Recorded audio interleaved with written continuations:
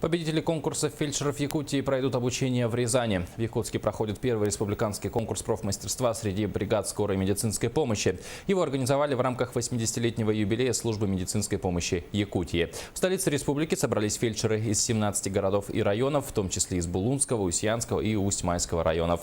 В каждой команде по 2 представителя своей больницы. Соревнование состоит из 4 этапов: теоретическое тестирование, визитная карточка, конкурс ситуационных задач, а также творческое задание. Победители конкурса получат путевку в симуляционный центр Рязанской медакадемии. Ну а цель конкурса – повышение престижа специальности фельдшера. Скорая помощь, она первая сталкивается с той проблемой, бедой, которая случается с нашими пациентами. И от его действий, от его квалификации этого специалиста очень многое зависит.